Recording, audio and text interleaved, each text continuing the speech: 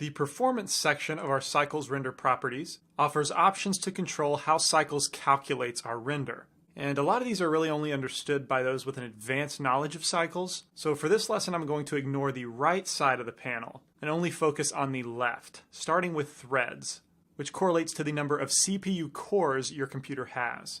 With the default set to auto detect, we're allowing Blender to take advantage of all cores. So my machine has 12 CPU cores, therefore there are 12 threads.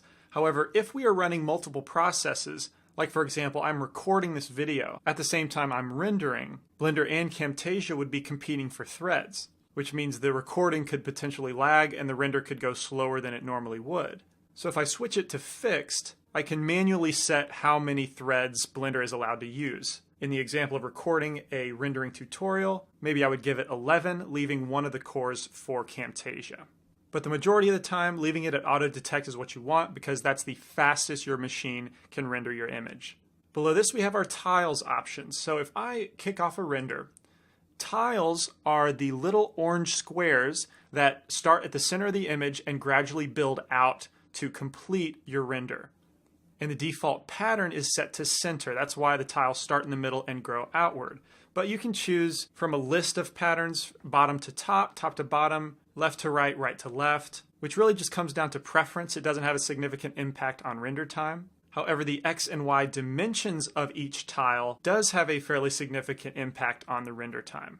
And the types of values that are generally recommended to use here, like a lot of things in computer graphics or computers in general, is what's called preferred numbers. And with computer architecture, this is powers of 2. So we're talking 2, 4, 8, 16, 32, 64, kind of like the bit depth of an image, 8-bit, 16-bit.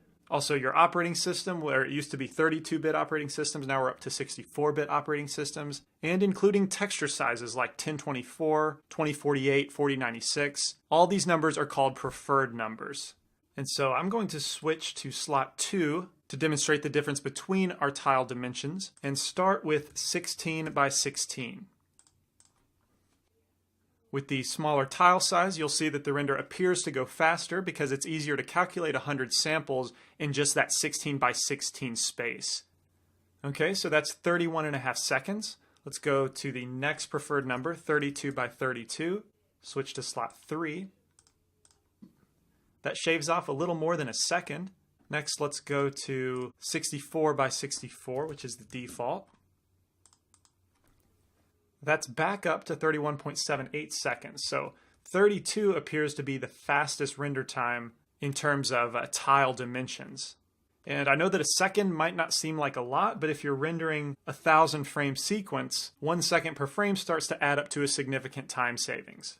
And so generally I hang out between 16 and 32. But this will change depending on your rendering situation and the elements of your scene.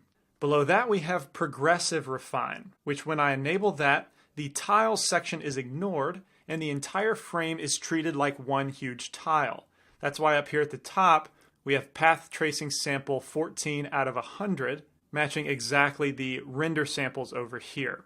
And this is much slower. You can see we're at 42 seconds, so that's 10 seconds longer. But the Progressive Refine feature is useful if, let's say, you're working on an architectural visualization still frame and you simply want to let the image continually refine until you're happy with the clarity. That's where Progressive Refine comes in handy. And so that's all I'm going to cover in the performance section for this lesson. Again, the settings on the right side are more for an advanced knowledge of Cycles.